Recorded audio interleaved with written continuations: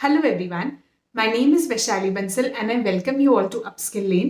तो एफएमएस का फॉर्म भरने की लास्ट डेट 31 दिसंबर है और ज़्यादातर लोग उसका एसओपी सेक्शन भरने में काफ़ी स्ट्रगल कर रहे हैं। मेरे पास काफ़ी मैसेजेस आए थे पूछने के लिए कि कैसे वो भरे, क्या पॉइंट्स उसमें हाईलाइट करने हैं। तो मैंने सोचा कि मैं एक वीडियो ही बना दूं जिसमें मैं आपको अच्छे से गाइड कर पाऊँ कि कैसे आपको वो एसओपी सेक्शन भरना है।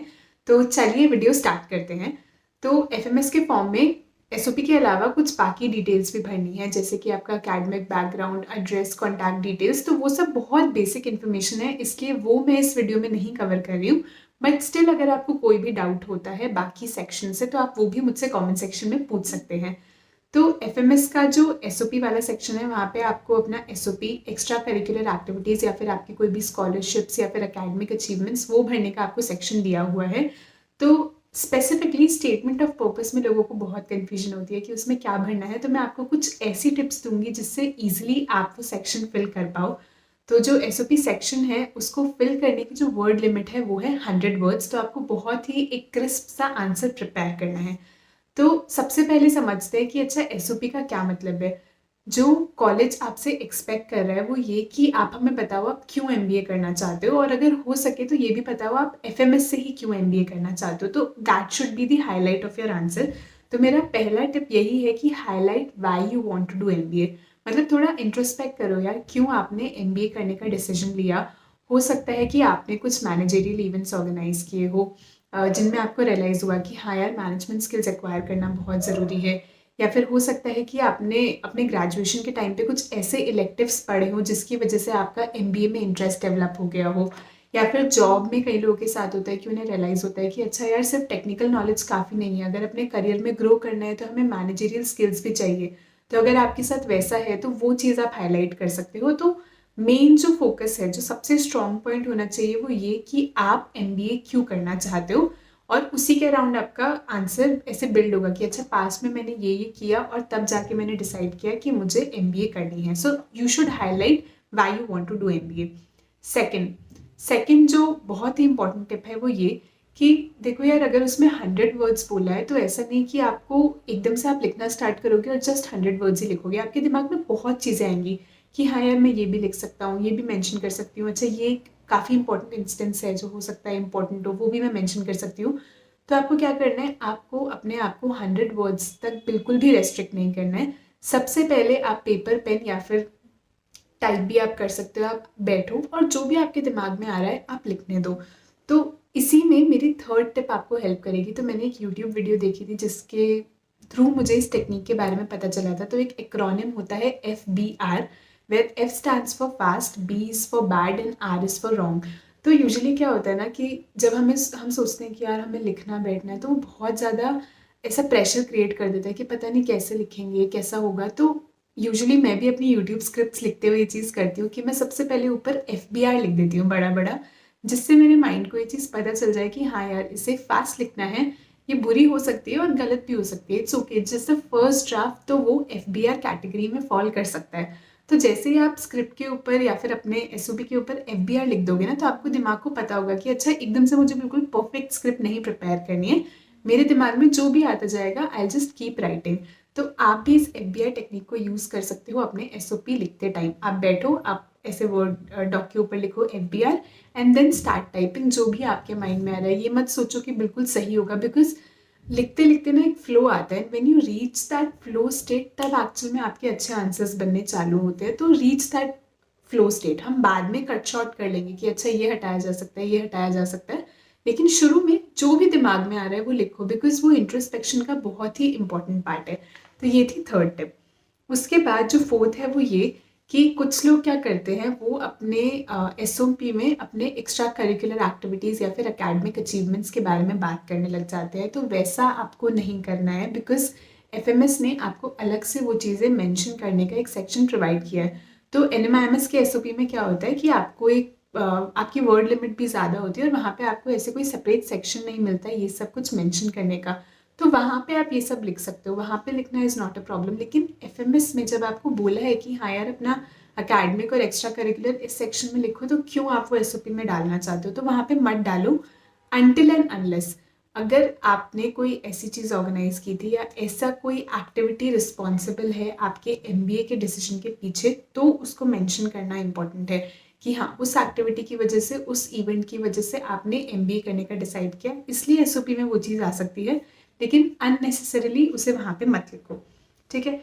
फिर उसके बाद आप अपनी स्ट्रेंथ्स भी अपने आंसर में मेंशन कर सकते हो कि हाँ, मेरी ये स्ट्रेंथ्स है, मैंने लीडरशिप स्किल्स एक्वायर की है, मैं प्रेशर में अच्छे से प्रेशर को हैंडल कर सकता हूँ, मैं पेशेंस नहीं लूज़ करती हूँ या लूज़ करता हूँ, तो वो स्ट्रेंथ्स भी आप मेंशन कर सकते हो। मतलब आप अपने आंसर में लिख सकते हो कि हाँ, ग्रेजुएशन के टाइम पे आई पार्टिसिपेटेड इन इवेंट्स, वहाँ से मैंने ये स्किल्स एक्वायर की और मुझे लगता है कि हाँ, for someone who is looking for a managerial position, उनके लिए स्किल्स बहुत इंपॉर्टेंट है। मतलब वो आपको अलाइन करनी पड़ेगी, but you can write your strengths in your SOP, तो उस डायरेक्शन में भी आप सोच सकते हो। Other tip is take help of your family and friends. तो जब मैंने एनएमएमएस की एसओपी लिखी थी ना, तो उस टाइम पे आई वाज इंट्रोस्पेक्टिंग, मैं सोच रही थी कि क्या स्ट्रेंथ्स लिखूं, तो उस टाइम पे फ्रेंड्स और फैमिली बहुत हेल्प करते हैं, बिकॉज कभी कभी ना खुद को नहीं याद आता है कि हाँ यार, ये मेरी स्ट्रेंथ है, तो आप उनसे जाके पूछ सकते हो कि कभी कोई स्ट्रेंथ उन्होंने ऑब्जर्व की हो, कोई ऐसी पर्टिकुलर सिचुएशन जो वो आपको याद दिला सके, जिससे आपको रियलाइज हो कि हाँ यार, ये चीज़ मैं अपने एसओपी में मेंशन कर सकता हूँ। बिकॉज हम लोग मिस आउट कर देते हैं,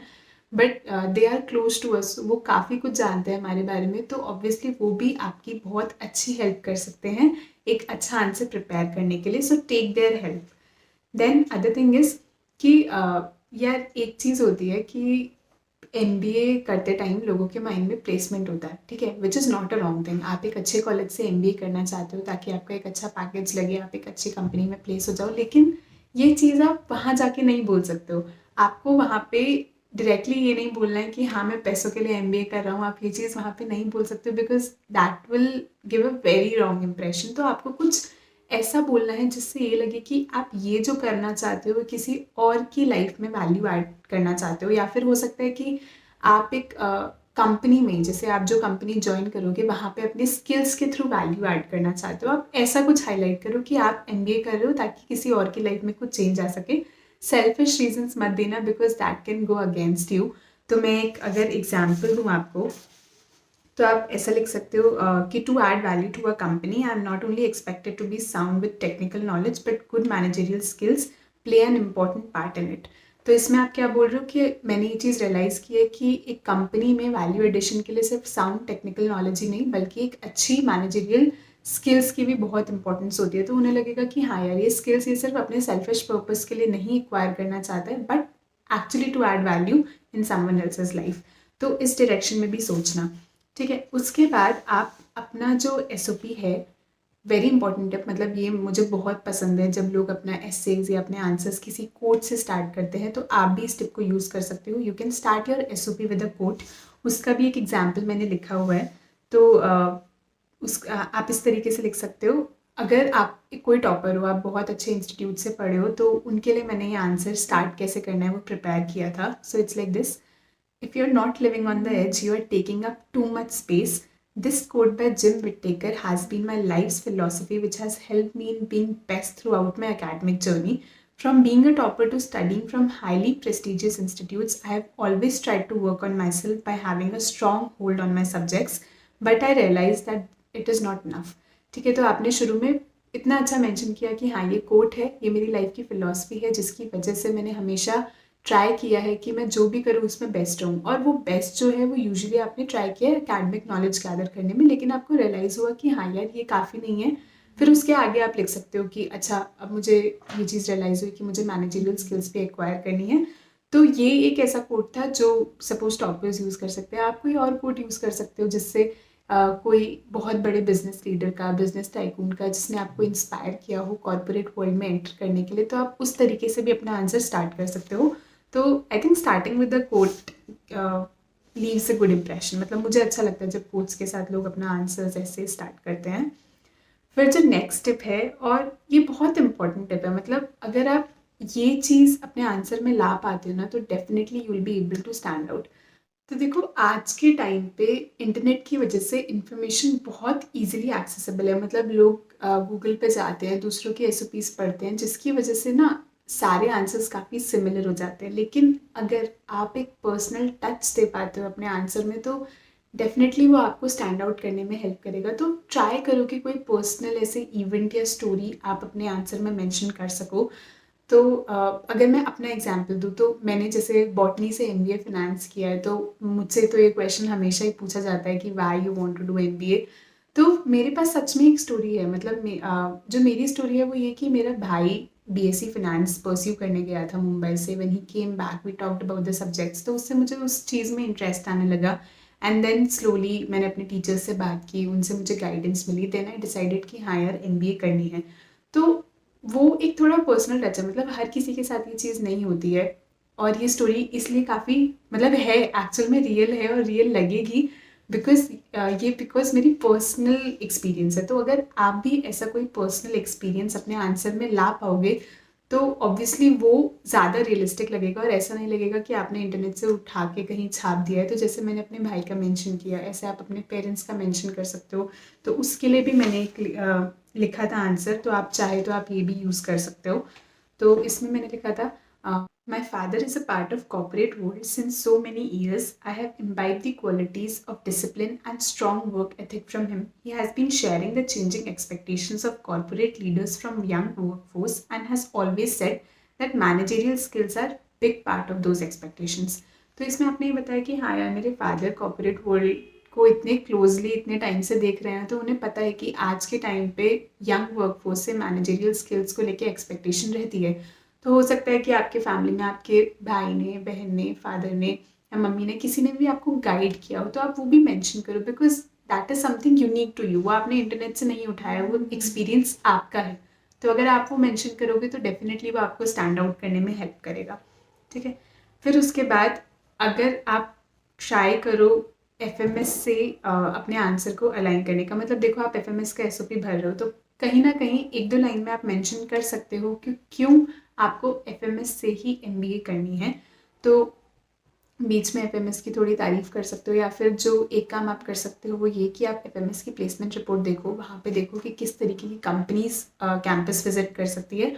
और हो सकता है कि वो आपके करियर गोल से अलाइन कर जाए कि अच्छा कंसल्टिंग की ये कंपनीज आ रही है या फिर मार्केटिंग की ये कंपनीज आ रही है, तो मुझे भी ऐसा करियर पाथ चाहिए, तो वो आप मेंशन कर सकते हो। इसके अलावा आप ये भी थोड़ी रिसर्च कर सकते हो कि अच्छा एफएमएस के कौन कौन से एलुमनाई हैं, और उनके बारे में आप मेंशन कर सकते हो कि हाँ उनका भी आपकी तरह ही ये ग्रेजुएशन कोर्स था, फिर आज वो इस पोजीशन पे है और आप भी उस पोजीशन पे पहुंचना चाहते हो। तो आप ट्राई करो कि अपना एमबीए फ्रॉम एफएमएस अगर एसओपी में ला सकते हो तो उसे ला पाओ। ठीक है।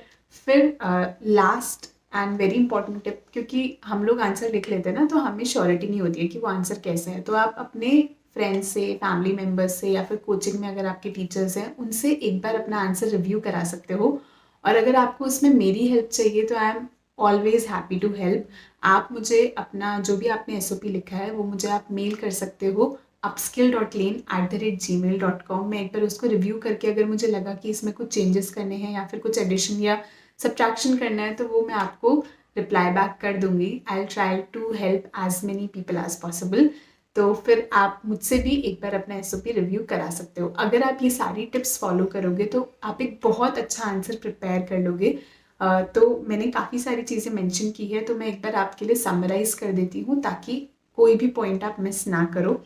तो सबसे पहले आपको आंसर में हाईलाइट करना है कि आपका एमबीए क्यों करने का डिसीजन क्या है, मतलब why you want to do MBA, वो आपको मेंशन करना है। सेकेंडली आपको अपने आंसर को 100 वर्ड्स तक रेस्ट्रिक्ट नहीं करना है इनिशियली। आप एफबीआर टेक्निक, जो थर्ड टिप है FBR technique, fast bad wrong technique को यूज़ करके एक आंसर लिखो, मतलब फ्लो में आंसर लिखते रहो। तो that is the third tip, use FBR. फिर जो फोर्थ टिप है, अपनी एक्स्ट्रा करिकुलर एक्टिविटीज़ और एकेडमिक अचीवमेंट्स को मेंशन नहीं करना है। फिफ्थ टिप, आप अपनी स्ट्रेंथ्स को भी मेंशन कर सकते हो।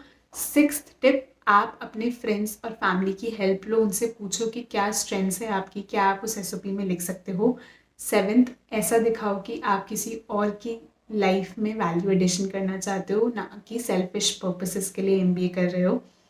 Then eighth tip, you can start your SOP with a quote, then try to make it as personal as possible. ठीक है, बिकॉज उसी से आप क्राउड में स्टैंड आउट कर पाओगे। Then 10th tip, align your SOP with FMS through college placement reports या फिर alumni. Then 11th tip is get your SOP review. तो ये कुछ टिप्स हैं जिन्हें यूज़ करके आप एक अच्छा SOP वाला आंसर प्रिपेयर कर सकते हो। और जो भी मैंने आपको एग्जाम्पल्स दिए हैं वो मैं वर्ड डॉक में लिख के आपको डिस्क्रिप्शन बॉक्स में उसका लिंक दे दूँगी, आप वहाँ से उसको रेफ़र कर सकते हो। साथ में कुछ एडिशनल एग्जाम्पल्स भी मैं आपको दे दूँगी। तो आप बिल्कुल भी चिंता मत करो, आप एक अच्छा आंसर प्रिपेयर कर लोगे। बस इन टिप्स को अच्छे से फॉलो करो और थोड़ा इंट्रोस्पेक्शन करो। और जब मैंने SP जैन फॉर्म फिलिंग वाली वीडियो बनाई थी तब भी मैंने बोला था कि ये प्रोसेस जो है ना ये आपके आगे तक बहुत काम आएगा। तो अच्छे से मन लगा के ये चीज़ करो, बिकॉज आगे अगर आप और SOPs लिखते हो या फिर आपकी इंटर्नशिप के लिए जब आपका इंटरव्यू होगा, फिर आपका फाइनल प्लेसमेंट के लिए आपका इंटरव्यू होगा, तो यही सारा मटेरियल जो आपने कलेक्ट किया है ना उस टाइम पे बहुत काम आने वाला है। तो इसलिए मैं बार बार बोलती हूँ कि प्लीज़ अभी जो आप ये मेहनत कर रहे हो ना, इसको एक ही नोटबुक, एक ही रजिस्टर या फिर आप गूगल डॉक कुछ बना लो, ताकि फ्यूचर में जाके भी आप इसे रेफर कर सको। बिल्कुल मन लगा के अभी करो, बिकॉज देखना ये चीज़ आगे जाके आपके बहुत काम आने वाली है। NMIMS के लिए जो मैंने SOP लिखी थी वो मैंने कितनी बार यूज़ किया है, कितनी बार वहाँ से मैंने पॉइंट्स उठा के अलग अलग जगह पे बोले हैं। तो मैं ये बात पर्सनल एक्सपीरियंस से कह रही हूँ कि इसको बिल्कुल भी टाइम वेस्ट मत समझो, अच्छे से मन लगा के अपना SOP बनाओ।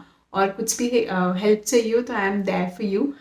मेरा जो इंस्टाग्राम हैंडल है वो है upskill.lane, आप मुझे वहाँ पे फॉलो कर सकते हो। और अपने SOPs अगर रिव्यू कराने हो तो आप मुझे मेल कर सकते हो, मेल ID है upskill.lane@gmail.com। So all the best to all of you. अच्छे से अपना फॉर्म फिल करो। See you soon.